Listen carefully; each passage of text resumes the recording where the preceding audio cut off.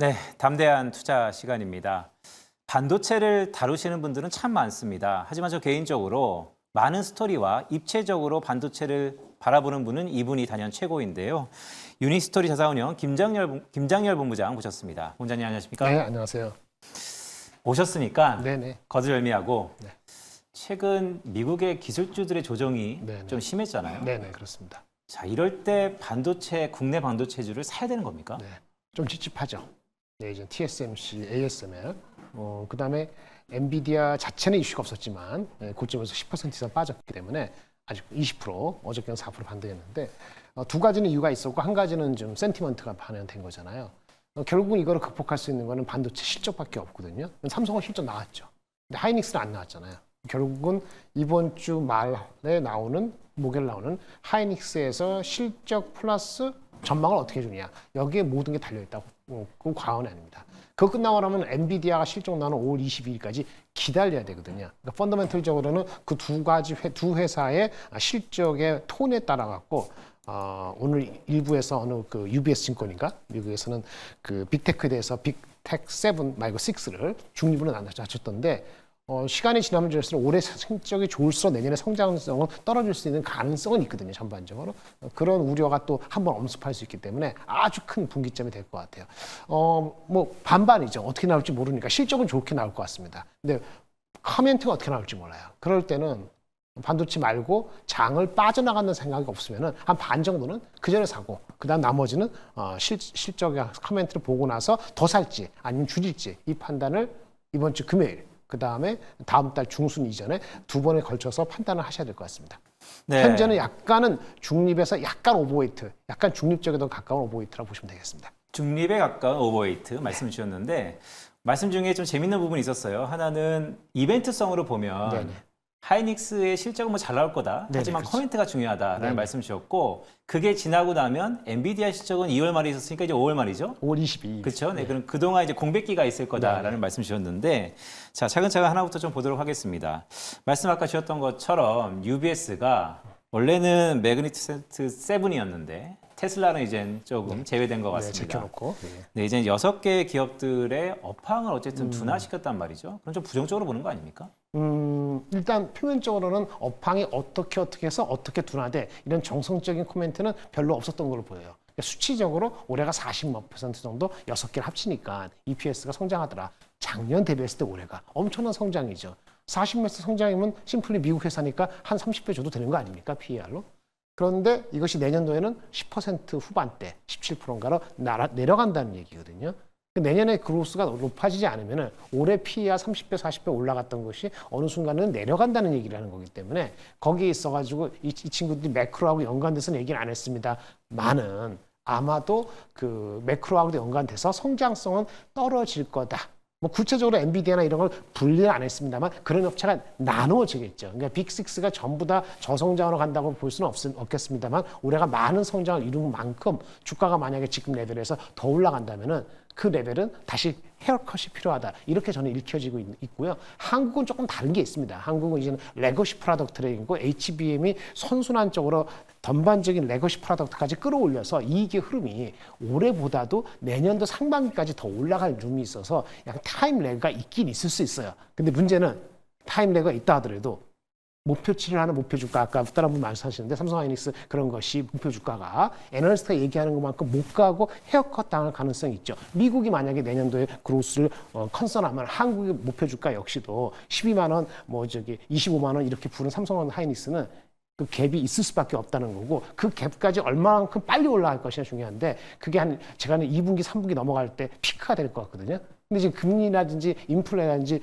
매크로가 뒷받쳐지면은 한껏 올라가는 건데 한껏 못 올라가고 내려갈 것 같은 우려가 매크로하고 연관되면 있는 거죠. 그래서 한국의 성장률이 미국보다 못하다 그런 개념이 아니더라도 주가의 목표 주가는 예상보다 낮게 형성되고 단기 고점을 치실 수 있는 가능성은 한국도 있다 이렇게 보셔야 될 것 같습니다. 네, 본부장님 말씀을 들어보니까 이 숫자 간의 행간을 잘 이해해야 될 것 같은데 이 변수가 많은 매크로는 잠깐 차치하더라도 일단은 미국의 대형 빅테크들이 성장은 계속 나오는데 성장이 꺾이니까 숫자 자체가 그것에 대한 밸류에이션 30배에서 좀 줄어들 것 같다. 그 가운데 한국은 괜찮은데 같이 연동돼서 네네. 한국의 목표 성장률도 낮춰질 것 같다. 네네. 그러니까 전반적으로 큰 그림에서 약간 둔화되는 거예요. 그렇죠. 그런데 UBS는 또 중소형 관련돼서는 네네. 아니다, 중소형은 좋을 거다라는 얘기가 또 있었습니다. 이건 또 어떻게 읽어야 제가 돼요? 중소형주가 정확히 물론 중소형주가 올해 뭐 1, 20% 내년에 40% 올라갈 수 있죠. 중소형주를 몇 개 주나 갈지 모르겠는데 그거는 개념적으로 이런 것 같아요. 그 빅테크 업체들이 투자를 할 거 아닙니까? 그러니까 빅테크 아까 실적과 주가는 그 측면에서 중요한데 또 하나 이번에 관점할 것은 우리 입장에서도 메타도 얘기하고 뭐 아마존도 얘기하고 마이크로소프트도 얘기하고 할 거 아닙니까? 걔네들이 원래 올해 생각했던 캐피털 익스펜디처의 성장률이 어떻게 되나 중요해요. 만약에 그게 견고하다면 어떻게 되죠? 걔네 주가는 뭐 고점을 칠지 뭐 수그러들지 모르겠습니다만 성장률 측면에서 그거 수혜를 받는 업체도 있을 거 아닙니까? 중소업체들. 그러니까 중소업체들 수혜를 그 이후에 받는 거니까 올해 말 내년도에 가는 거니까 내년 성장률이 더 높게 나올 수도 있죠. 근데 의심스러운 건 그런 주가들도 이미 주가가 올라간 거 아닌가라는 생각이 있기 때문에 밸류에이션은 또 다른 관점인데 그런 측면에서는 그로스가 달리 보일 수 있는 한국도 마찬가지죠. 그럴 수는 있습니다. 아, 참 어렵네요. 그러니까 빅테크들의 전망이 약간 둔화되더라도 그거에 대한 낙수 효과는 중소형주들이 어떻게 보면 이런 표현이 적합할지 모르겠지만 받아먹을 텐데. 네, 그렇죠. 근데 그 시차가 좀 애매할 수 있다라는 네, 말씀도 그렇죠. 동반 주신 것 같습니다. 자, 국내 아까 SK 하이닉스 얘기를 좀 주셨고 하이닉스 전망은 뭐 실적은 좋겠죠. 네네. 근데 말씀 주셨던 것처럼 그 행간의 커멘트가 좀 중요할 것 같은데 네네. 주식 투자하시는 분들에서 하이닉스 변곡점이 될까요? 네. 실적적으로는요. 2분기 실적까지는 분명히 올라갈 겁니다. 1분기가 지금 컨센서스 대비 빨리 올라와서 2조 한 중반 정도까지 또 2조 7천까지 나왔거든요. 그러니까 2조 3천억 이하 나오면 아마 실망할 것 같아요. 이거고 그 다음에 이 기준을 맞다고 하면은 2분기 실적은 3조 후반에서 4조 정도 이상도 가능하거든요. 4조 이상까지. 4조 이상도 불가능하지 않습니다. 1분기 실적이 2조 5천억 나온다면은 그러면 주가는 어디까지냐? 그것까지 반영돼 있어요. 18만 원 정도 반영돼 있습니다. 그러면 3분기, 4분기의 그로스가 계속 이어져야 되는데 여기서 어려움이 하나 있습니다. 우리가 HBM이라는 엄청난 파워풀한 마진이 누구는 하이닉스의 경우에 D램 마진이 30% 초반이라 그러는데 HBM만 마진은 한 60%라는 얘기도 있거든요. 그럼 HBM이 많이 올라가서 이제는 더 이상 못 올라가고 일반 D램 쪽에 수급이 좋아져서 일반 D램의 수급이 20% 초반 마진이 HBM이랑 비슷하게 한 40% 정도. 왜 과거에 반도체 메모리에서의 피크가 보통 D램 기준으로 한 40에서 50%일 때 피크아웃이 됐거든요. 실적은 그 다음에 좋습니다만 주가는 피크아웃 됐어요. 그래서 일반 D램 마진이 HBM 쪽이 약간 두드러지거나 아니면 이게 쫓아가는 형국이 과연 2분기냐, 3분기냐, 4분기냐에 따라서 주가의 피크는 올 것 같아요. 만약에 3분기나 4분기에 어닝의 EPS, 그러니까 마진이 좀 더 올라갈 수 있다면 주가는 성장성은 좀 떨어지더라도 주가는 좀 더 계속 올라갈 것 같아요. 그것이 일반적 애널리스트 얘기하는 25만 원, 27만 원 목표 주가에 한 0.89배 치면은 20만 원 한번 쳐볼 수 있다. 이 정도까지는 그렇게 무리한 포켓은 아니라고 볼 수 있겠습니다. 아, 이게 참 재밌네요. 그러니까 결국에는 전망에 대한 확실성과 불확실성의 혼재 같은데 자, SK하이닉스는 어쨌든 주도주입니다. 그런데 SK하이닉스를 바라보고 있다면 반대편에 있는 또 삼성전자 네네. 생각보다 너무 더디었어요. 네네네. 그렇다면 오히려 전자의 시대가 또 오는 거 아닌가? 이렇게 생각해도 될까요? 전자의 시대가 오는 거는 엔비디아한테 공급이 확정이 돼야 되는 게 중요합니다. 그저께도 지난주도 그 기사가 나왔던 것 같은데 HBM3E 버전에 8단이 있고 12단이 있는데 동시에 콜이하고 있는데 두 번째 12층짜리는 아직 하이닉스도 완전히 안 됐거든요. 그러니까 삼성전자가 더 성능이 우수하다는 식의 약간의 피하성 비슷하게 기사가 났어요. 그것이 확인되고 물량이 나간다. 그러면은 물량 나가는 건 올해 적을 겁니다. 내년에 이슈가 될 건데 주가는 많이 오를 수 있죠. 근데 그게 아직은 긴가민가 하고 있기 때문에 그런 거고요. 최근 주가가 8만 원까지 내린 거는 거의 100% 매크로입니다. 매크로가 안 좋고 환율이 올라가니까 한국 주식 덜 사고 그동안 많이 산 거 많이 샀으니까 삼성전자 안 사는 거에서 주가가 빠진 거고 8만 원에서 빠진 거는 TSMC, ASML 이런 거 다 해서 지금 3월 21일 주가로 돌아갔거든요. 3월 20일이 언제냐? 한참 동안 7만 원 초반 했다가 드디어 7만 원 초반을 떠서 중반으로 올라간 게 76,900원이 3월 21일인가 그때 주가입니다. 그때 뭐냐? HBM에 대한 기대치, 그다음에 실적에 대한 기대치가 이빠이는 아니고 실적이 좀 올라갈 때 이렇게 됐을 때 76,000원, 79,000원 간 건데 지금 76,000원이잖아요. 그러니까 기대치가 거의 많이 없어진 상태이기 때문에 들어가셔도 돼요. 근데 하이닉스 코멘트가 애매하면은 들어갔다가 조금 더 계속 쉴 수도 있어요. 근데 어쨌든 맞힐 수 없으니까 들어가는 거 맞고 매크로가 회복이 안 되더라도 HBM만 들어가면은 저번에 갔던 고점 88,000원, 7,000원 근처에 가는 거는 무리가 없어 보이는데 문제는 그 다음 이상 목표 주가 가는 건 여러 가지 컨비네이션이 되기 때문에 지금 얘기하기가 좀 쉽지 않습니다. 말씀 주셨던 것처럼 삼성전자 주가가 3월 21일 날 공교롭게 레벨은 비슷한데 방향성은 완전히 좀 달랐던 바뀌었죠. 상황인 네, 것 맞습니다. 같습니다. 네. 자, 이번 달 30일에요. 삼성전자와 SK하이닉스가 재밌는 데 가네요. 미국 캘리포니아에서 열리는 CLX 컨소시엄 개발자 컨퍼런스에 참석한다는 얘기가 있는데 네네. 이거는 좀 어떻게 봐야 될까요? 이거는 그냥 이벤트성입니다. 관련되는 주식이 많이 억눌렸으면 그때 정도에 올라올 수 있거든요. 언제라 그러셨죠?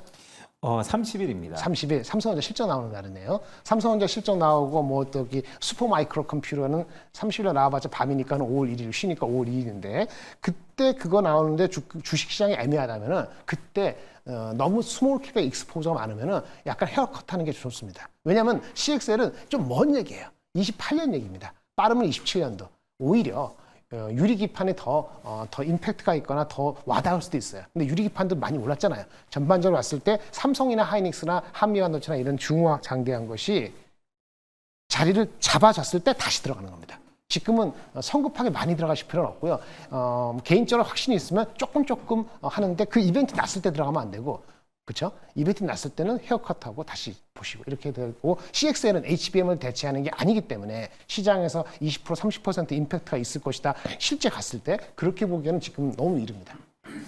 CLX가 HBM의 대항은 아니다라는 말씀을 주셨는데 자, 삼성전자, SK하이닉스가 약보합과 강보합에 약간 변동성이 좀 높아지는 구간인 것 같습니다.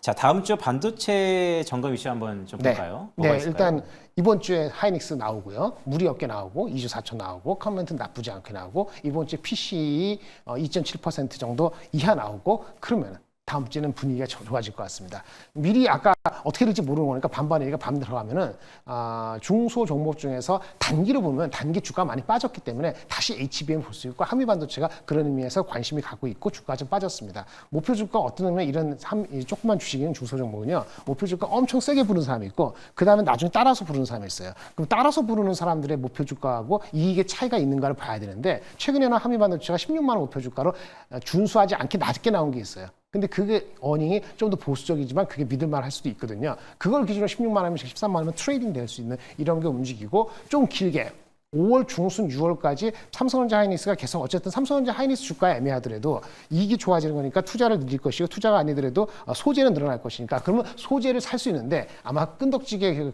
참을성이 없으면은 금방 안 올라갈 거기 때문에 소재주에 대한 것도 일부분 천천히 지금 정도면 담으셔도 나쁘지 않은데 단기적으로 확 올라갈 주식은 현재는 아무것도 없고요. 뭐 다른 종목입니다만 기업 밸류업이 오히려 한두 주 정도 더 세게 올라갈 수 있죠. 길게 보면 반도체 소재주. 근데 미리 조정을 받았기 때문에 HBM 한미반도체 봐야 되고 하지만 삼성하이닉스가 5%, 2%, 3% 빠지거나 헤맬 때는 그런 주식도 결국은 못 가기 때문에 적절한 현금하고 비중을 믹스를 잘 하셔야 될 것 같습니다. 반 정도는 괜찮습니다. 네, 오늘 전반적으로 말씀 들어보니까 참 그 시차가 미묘한 것 같습니다. 네네. 시차로 인해서 포트폴리오, 또 종목 선정 이런 것들이 좀 다를 것 같은데 자, 마지막으로 그럼 본부장님이 바라보는 최선호 종목이 있다면 어떤 게 있을까요? 반도체 말고요. 반도체 쪽에서. 반도체 쪽에서요. 지금은 사실은 없습니다. 그러니까 ETF 정도로 해가지고 조금 간 보고 하이닉스 보고 PC 보고 다음 주에 저기 슈퍼마이크 컴퓨터 보고 세 번의 변곡점으로 만약 사고 싶어도 내가 50을 사고 싶다 하더라도 그거를 세 번에 나눠서 살 것 같아요. 그러니까 지금 살 수 있고 그다음에 금요일 살 수도 있고 그다음에 PC 슈퍼마이크 컴퓨터 삼성전자 실적 발표되는 5월 1일 쉬기 전에 이렇게 세 번 정도에 걸쳐서 내가 하고 싶은 거에 반 정도를 그래 나눠서 하겠다. 반도체 섹터를 이렇게 말씀드리겠습니다. 네, 반도체 섹터를 참 반도체 전문이신데 네. 지금 당장은 사실은 살 종목이 이렇게 많지 않다는 말씀이 좀 고무적인 것 같습니다. 어쨌든 반은 잡고 반은 지켜보면서 반도체 섹터를 바라보자라는 말씀이셨습니다. 오늘 유니스토리 자산운용 김장렬 본부장이었습니다. 본부장님 고맙습니다. 네, 감사합니다.